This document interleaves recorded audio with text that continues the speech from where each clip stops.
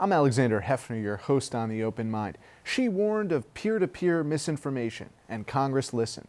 The New York Times profiled last year a digital leader on the battleground against anti-social media that are increasingly corrupting society. Author of the hardware startup Building Your Product, Business, and Brand, Renee DiResta is now head of policy for Data for Democracy and previously worked at O'Reilly Alpha Tech Venture Capital. DiResta, who wrote her college thesis on the influence of propaganda on the 2004 Russian election, studies the practices of manipulative automation, algorithms, and disinformation campaigns. She advised the United States Congress in anticipation of last year's testimonies of the social media executives. We were closely monitoring to see when the companies gave misleading or partial answers so that we could follow up, DiResta told the New York Times. On Wall Street, she observed an over-reliance on algorithms to identify bad actors, and later, when her son was born, saw firsthand Facebook's viral amplification of conspiratorial anti-vaccine propaganda. So today we explore this dark side of the new web. Renee, I was really heartened to read this New York Times piece, a profile of you and of the crucially important work you're doing. What has been the response since the Times article? It's been very positive. One of the reasons that I felt that it was kind of okay to be public about it was we wanted to encourage more people to begin to participate, particularly in the tech community. So folks who have worked at platforms or been involved in technology in some capacity, built recommender systems. We feel that there's a moment now in Silicon Valley to begin to think about the impact that the technology we've been building is having on us as a society. You and Tristan Harris and others have considered the prospect of a kind of union of concerned technologists. Yes. How can you take the positive energy around that movement and execute, and get real reforms on these social media? So I think there's a couple of different ways that you can push reform in an industry, right? One of those is market reforms. It's customers deciding that they're going to spend their dollars elsewhere or have a boycott or demand change. That's a little bit more difficult in the tech industry because the platforms are so hegemonic. Google and Facebook and Twitter are, there are other smaller search engines perhaps or other smaller social networks, but really those are the big three. And so we wanted to, absent the opportunity to have market-driven reform, the other two choices are legislative reform, which takes a very long time and is often not really effective, and then more of a self-regulatory model is kind of the third choice. And that's where you encourage the industry to begin to think about steps it should take on its own. And the Union of Concerned Technologists, the inspiration really came out of the pugwash movement and the movement of nuclear scientists to think about regulation with the Russell Einstein Manifesto and other convenings that they held to inform policymakers and have discussions as a community. So we think that there's a time to begin to have that conversation in tech right now. Conversations around design ethics, conversations around misinformation and disinformation, conversations around the way we use our devices, and Tristan focuses quite a bit on the physical and individual and interpersonal implications of the technology. So there's a number of different levels of the problem. There's personal and then there's societal. And I think it's time to really galvanize the energy that's come about in the Valley. We've been concerned, though, since the social media executives testified, and again, it was not the CEOs, it was the counsels, the lawyers for these social media companies, that the questions that Chairman Burr and Ranking Member Wellner asked and other members of the committees went unanswered. Which of the questions, if any, have been answered? So there's an opportunity, in addition to the public hearings, to submit questions in writing and request responses in writing. They're called questions for the record. Right. And so we're waiting to see what comes back on those now. I think that the number one area that has been insufficiently dealt with for people is the right to know. The idea that if you were targeted, if you saw misinformation, I think it's very important that people begin to understand that this isn't something that happens to other people.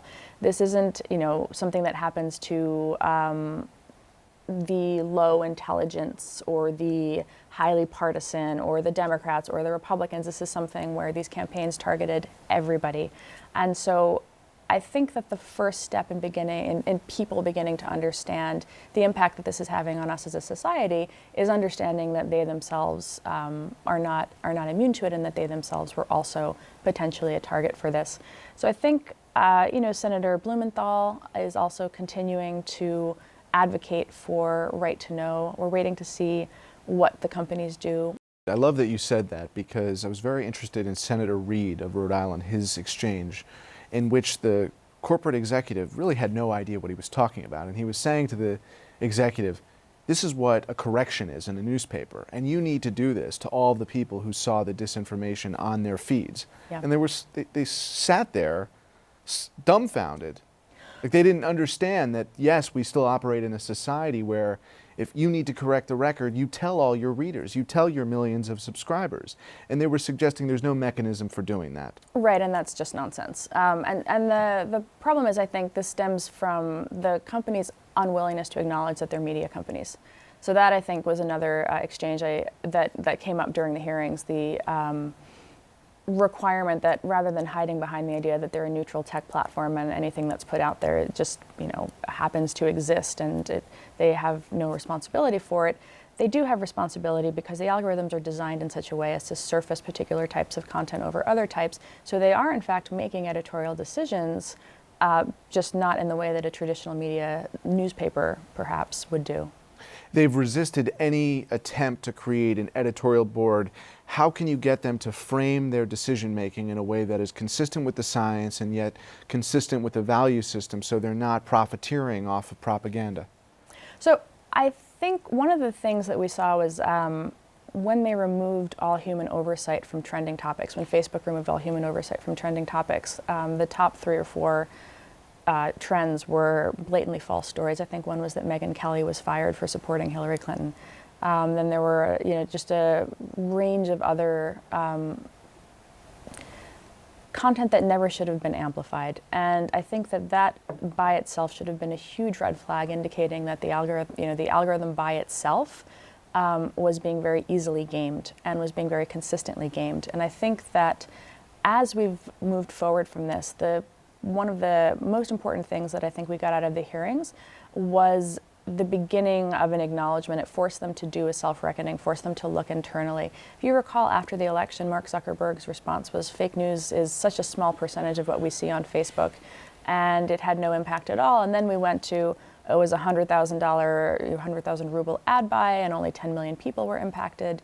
2, through the a very coordinated effort between researchers and media to really kind of open the kimono and say, no, it was hundreds of millions of users who saw this stuff, and we can identify some of the people who did. So how can you plausibly make the claim that you can't? It's just simply not true. Renee, what do you say to the people who have withdrawn from Facebook since Zuckerberg's ineptitude and really incapacity to recognize the problem, or unwillingness to recognize the antisocial effect of his medium? Antisocial, maybe even putting it lightly. But I know myself, I stay clear of Facebook in general. I mean, we all as a media complex have our respective footprints on these social media sites. But one thing that I've proposed, was sharing this with one of your colleagues at the project you're working on, is, we each need to buy some shares of these companies and take ownership. They occasionally, and maybe more frequently now, will ask shareholders, even if you just own a couple of shares, for their input when they do surveys. And I think there was one recently at Google, and the shareholders decided not to do a study, survey, an audit, a forensic audit of the platform and the impact of the bots and trolls on the platform. Would buying shares make an impact? What do you say to people who have otherwise withdrawn from these media? So as far as the shares, I think that it really is platform dependent. I believe with Facebook, Mark Zuckerberg still controls enough shares that there is, I'm not sure to what extent the shareholder votes really have an impact. But I think that we've started to see people particularly on Twitter, use their direct channel to the leadership to communicate a very specific point of view. I think perhaps you remember when every time Twitter makes a change, so, we go from stars to hearts, we get 280 characters instead of 140 characters. There's a litany of people, thousands and thousands of comments back to Jack Dorsey that just say, but what about the Nazis? And it's incredible to see. It's usually really funny also because it's just it's users really kind of hammering home the extent to which they're disappointed by the product direction that the company is taking in making very small tweaks around the margin, but not really dealing with the core central problem that Twitter has, which is harassment. So I think that, I'm not sure that buying the shares really makes the difference in this case, but doing things to, reach out to board members. I've seen people do that too, lobby the board members, say, hey, I've had some really serious concerns and I can reach you on Twitter, and so I'm going to tell you exactly what I think about what's happening at the company whose board you sit on. As far as stepping back, I still use Twitter, Facebook, and Google pretty heavily. I know that I may be, in fact, a little bit unique of people who believe that there are problems, but also really love the tools and the promise of the tools. And that's where I think that's actually one of the things that motivates me, which is a feeling that this can be so much better. We can return to what Twitter was like maybe a few years back when the bot problem was not quite the epidemic it is today. We can use things like Facebook's groups, where I've met and made some wonderful friends in there. I think the core underlying mission of the companies is a valuable one. It's just that the inertia and the lack of response is unfortunately hurting their user base and making people withdraw.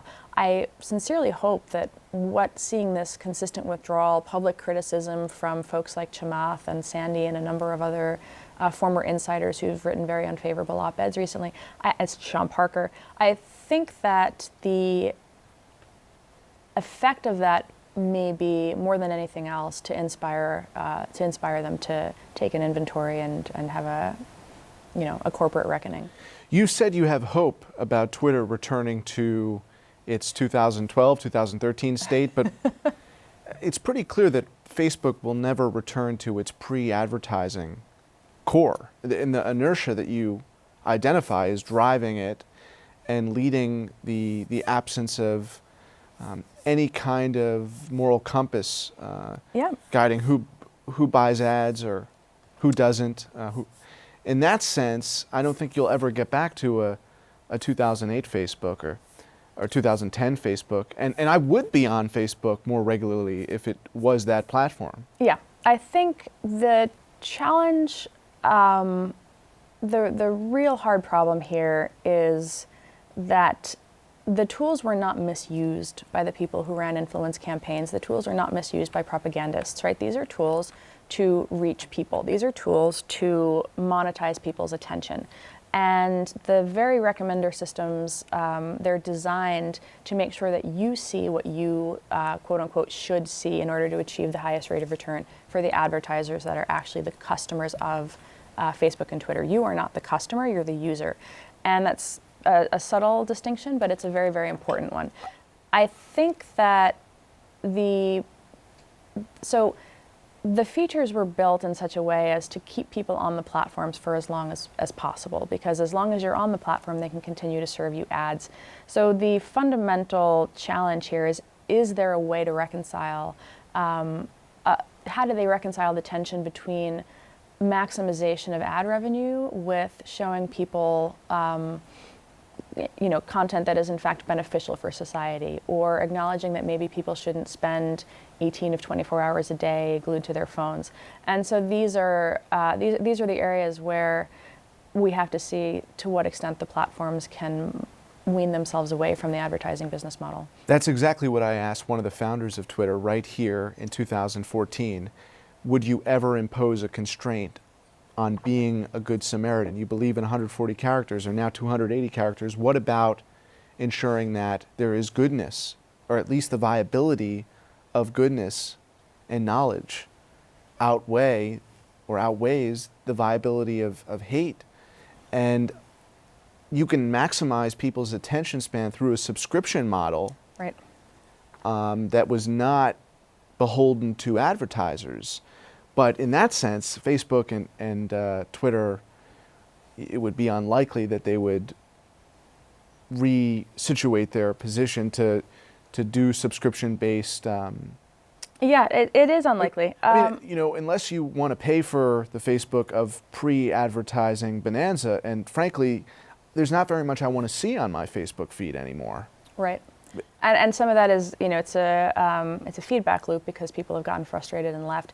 I think Twitter is the most, you know, kind of clear example of this, which is Twitter, it communicates monthly average users as one of its KPIs, key performance indicators for Wall Street. And the unfortunate reality is that many of the most active users are the bots and the you know, what the term is called cyborg, people who automate their account some percentage of the time and then take the reins just enough so that they're not a fully automated account. Those folks have a lot of activity, and a lot of the discord and a lot of the fighting and a lot of the hate that you see on the platform actually engenders a ton of engagement because people respond to it. And unfortunately, that looks good for those metrics. And if Twitter were to go and clear off the bots from the platform, you know, researchers estimate it's about 9 to 15% of the accounts are bots. Twitter claims it's 5%, you know, maybe the truth is somewhere in the middle there. But ultimately, at some point, I think that it's actually the advertisers that have an incredible amount of power here, because the advertisers can say, you showing my ad to 15% bots, that's ad fraud. I shouldn't be paying to show my ads to fake people. How are you dealing with this? What are you doing to have an impact here? So I think that there are opportunities for the advertisers and the big companies to really come to the table as participants in the reformation process, so to speak, to say, we don't want our ads shown over terrible YouTube videos. We don't want our, you know, we don't want our ads targeted at fake people. I like you use the term reformation process, right? The reformation of social media, the second coming. I don't see a change on the horizon as long as those same companies are beholden to ultimately their profit-making capacity. And if you can do a forensic audit and show how a company is paying disproportionate to what it's getting because bots are on the receiving end of their ads on Twitter or Facebook, well, maybe there's some there as far as, but tell us about the solutions, because, you know, I said on a show recently that the white supremacists had essentially hijacked the internet as a eugenics experiment. And Mark Zuckerberg has actually played into that eugenics experiment by allowing people to state not their preferences only for the Yankees or Socrates, but for white people or brown people or purple or yellow people. And that right there is the demise of civilization. You're talking about the targeting. The targeting Yeah. of people based on ethnicity, frankly, because they hate certain people. It's I think there have been a number of instances, people who are renting apartments trying to not have their ads shown to minorities, which I'm pretty sure is actually blatantly illegal if done off Facebook. And this was even more viscerally. Yeah, no, you're talking about the degenerative than ProPublica, the Jew hater. Right. Yeah, no, that was the an idea awful. that you're making money off of ads that are celebrating a vicious cause, an immoral cause, to bring more people to a page that is the Klan. In Silicon Valley, we love to think that there's an algorithm that solves everything. You know, it's one of the biggest. You know, it's kind of a running joke in the Valley. It's a punchline. There's an app for that, right? You know. No matter what it is, there's an app for it, there's an algorithm for it, tech will fix it. You know, we joke about it, mostly self-deprecatingly, but in some cases it's true.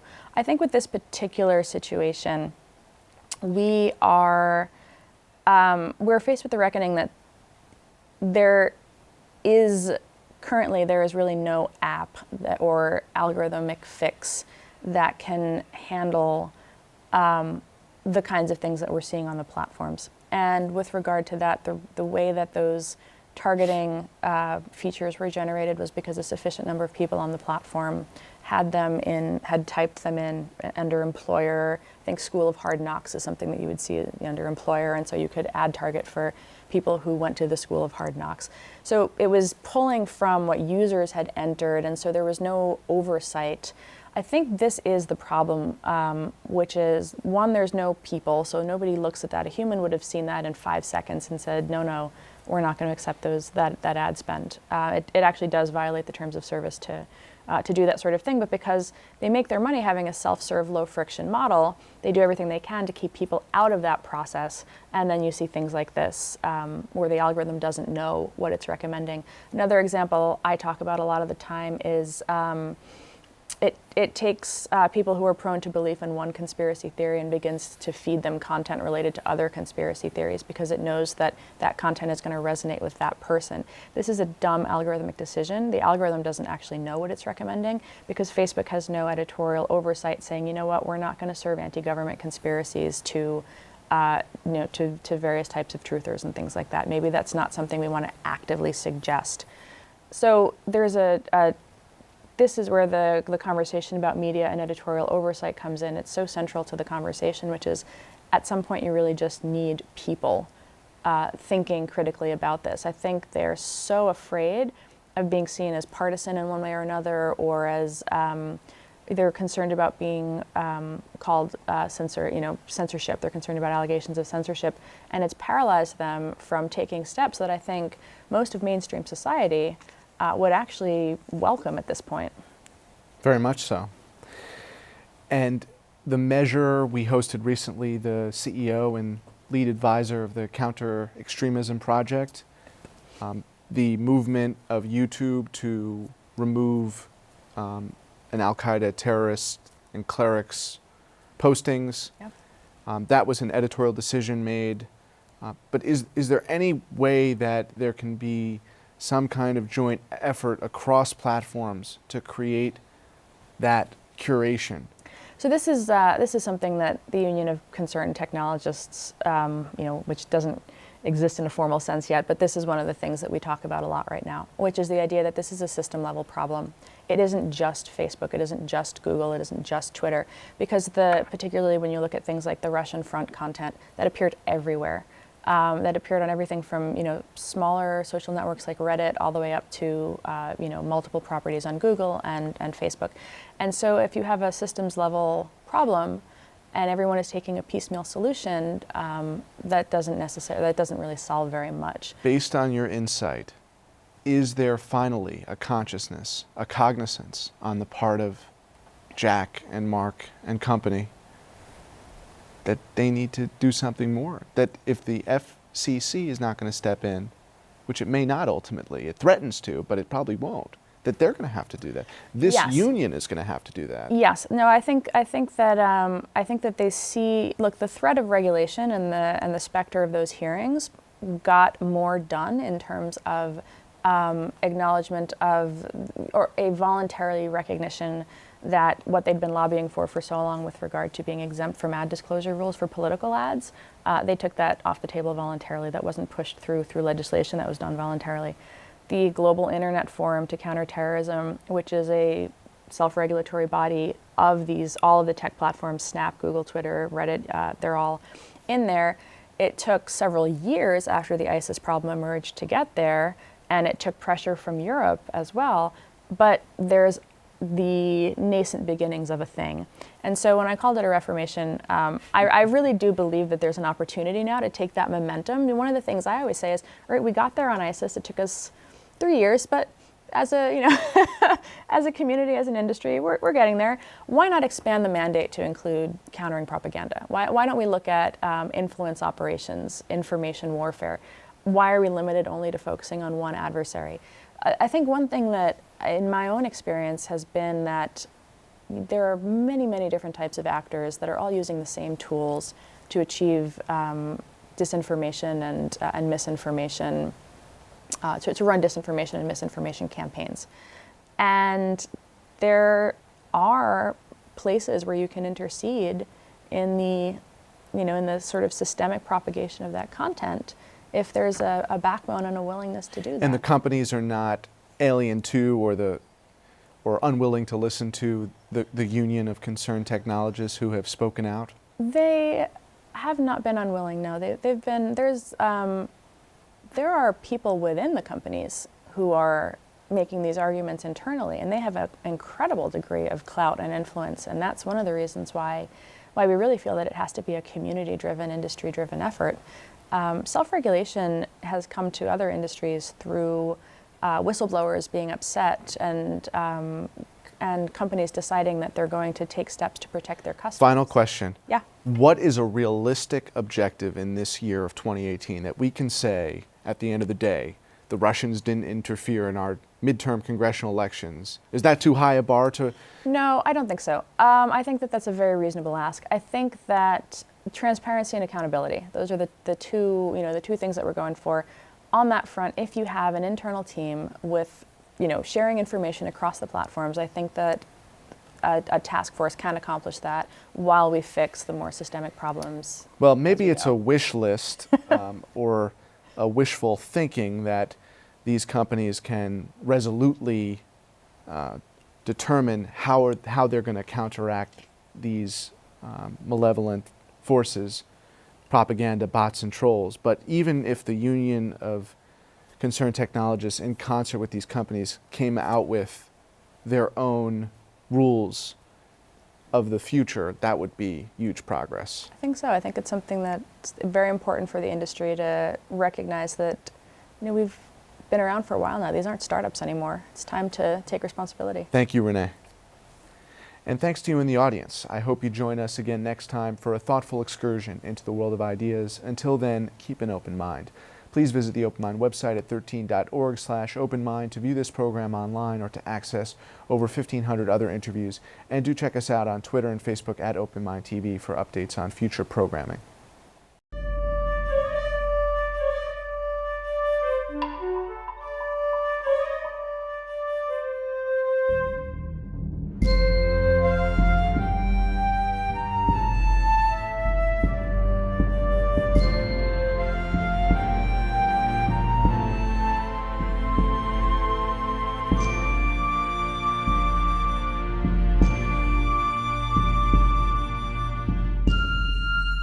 Continuing production of The Open Mind has been made possible by grants from Ann Olnick, Joan Gans Cooney, the Angelson Family Foundation, Alfred P. Sloan Foundation, the John S. and James L. Knight Foundation, JoAnn and Kenneth Wellner Foundation, and to the corporate community Mutual of America.